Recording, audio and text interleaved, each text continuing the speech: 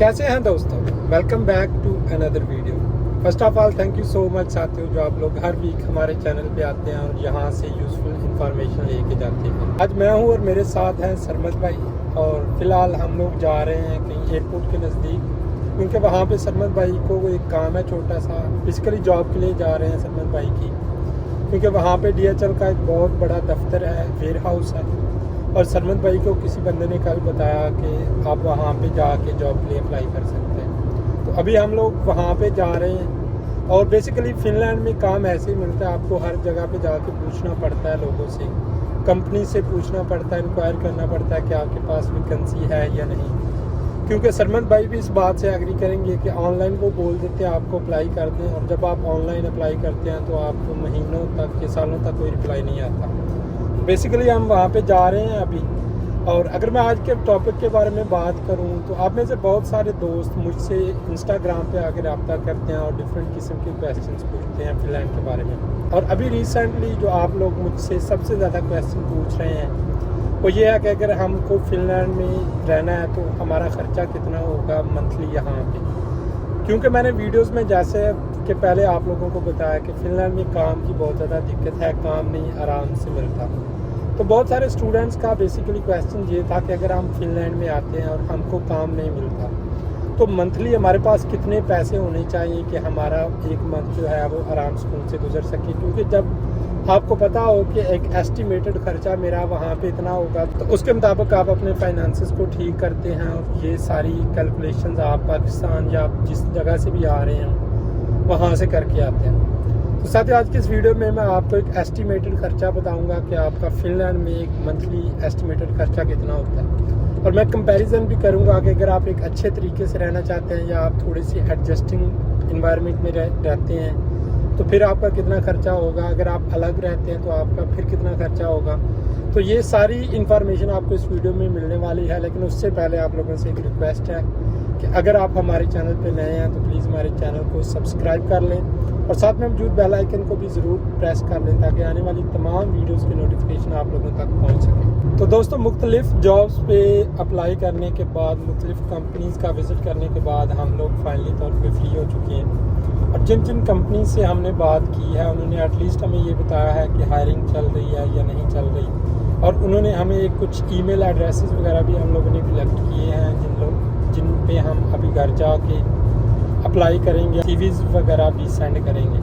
और ये आप देख लें, सरमद भाई ने लगा दिया सामने कुछ कंपनीज़ का स्टिकी नोट्स के साथ, उन्होंने अपनी जो है ना गाड़ी के फ्रंट पे लगा दिया कि इन कंपनीज़ पे जाके अप्लाई करना है। तो खैर आते हैं आज के मेन टॉपिक की तरफ कि साथियों, अगर आपने फ़िनलैंड में आना है तो आपका मंथली कितना ख़र्चा हो सकता है। आप जब भी किसी कंट्री में जाते हैं तो सबसे पहला ख़र्चा आपकी रिहाइश।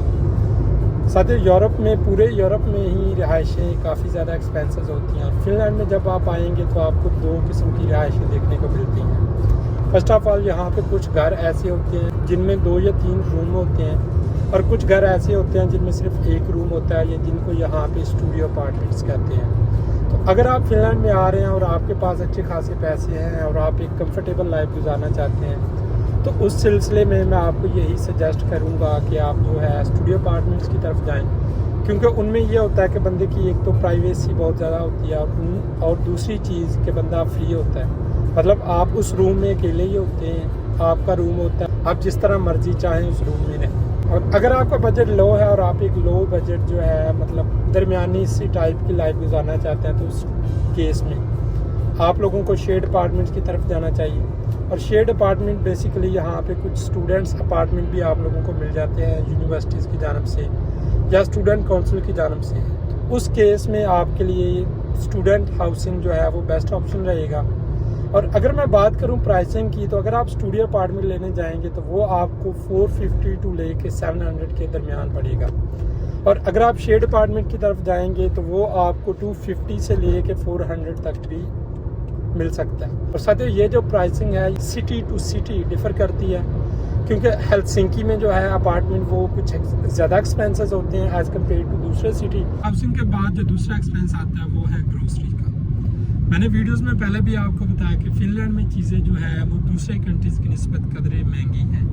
तो अगर आप फिनलैंड में अकेले रह रहे हैं तो उस केस में आपकी जो ग्रोसरी आएगी, अगर आप एक अच्छी लाइफ गुजारेंगे तो वो 250 से लेके 300 या 350 तक जा सकती है, अगर आप एक कंफर्टेबल लाइफ गुजारेंगे। लेकिन अगर आप एक शेयर्ड अपार्टमेंट में रहते हैं या आप 3 या 4 दोस्तों के साथ इकट्ठे रहते हैं एक घर में, उस केस में जो है मेरे अंदाजे के मुताबिक अगर आप 3 या 4 लोगों के साथ रहते हैं 1 या 2 रूम वाले अपार्टमेंट में, उस केस में एक तो आपका किराया भी कम होगा, और ग्रोसरीज की अगर मैं बात करूं तो ग्रोसरीज आपकी लग जाएंगी 200 से लेके 250 तक, अगर आप एक अच्छे तरीके से खाना खाएंगे 2 या 3 टाइम। और ग्रोसरीज अगर आप मीट वगैरह के शौकीन हैं तो उस केस में आपके थोड़े पैसे ज़्यादा लगेंगे, क्योंकि यहाँ पे मीट की प्राइस जो है वो बहुत हाई है। और अगर आप वीक में 1 या 2 बार मटन खाएंगे तो ये आपकी जो है 350 से लेके 400 तक भी जा सकती है। हाउसिंग और ग्रोसरीज के बाद कुछ और भी छोटे मोटे एक्सपेंसेस हो सकते हैं, जैसा कि फॉर एग्जांपल अगर आप लड़के हैं तो आपको बाल भी महीने में 1 आधी बार कटवाने पड़ते हैं, और उसके बाद इंटरनेट का आपको जो है 25 से लेके 30 यूरो पे करने पड़ते हैं। तो ये छोटे मोटे खर्चे लगा लें तो आपका ये 100 यूरो आराम सुकून से निकल सकता है। और उसके बाद अगर आप कहीं पे आउटिंग भी जाते हैं हफ्ते में 1 आधी बार या मंथ में 2-3 बार, उसके भी 100 यूरोस लगा लें आप आराम सुकून से। फिनलैंड में अगर आप एक अच्छी लाइफ गुजारना चाहते हैं तो आपका 650 से लेके 700 तक जो है खर्चा वो आराम सुकून से हो सकता है।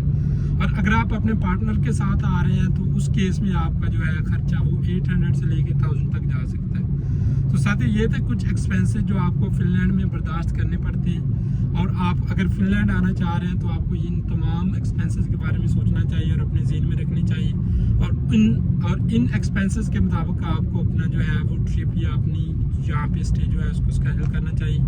और यहाँ पे एक और मैं बात शेयर करना चाहूँगा कि फिनलैंड में काम की बहुत ज़्यादा दिक्कत चल रही है इस वक्त, और अगर आप आ रहे हैं तो इतने थोड़े बहुत पैसे लेके आए कि आपके यहाँ से 3 या 4 महीने आराम सुकून से गुजर सके और आपको किसी भी किस्म की टेंशन ना हो। साथ ही उम्मीद करता हूँ आज की वीडियो आपको पसंद आई होगी। अगर ये वीडियो पसंद आई है तो लाइक कीजिएगा, शेयर कीजिएगा, और अगर कोई भी क्वेश्चन हो तो आपको पता है कि कमेंट सेक्शन में आपने पूछना, और मैं नेक्स्ट वीडियो में आपकी जो भी क्वेरी होंगी उनको वीडियो बना के एड्रेस कर दूँगा।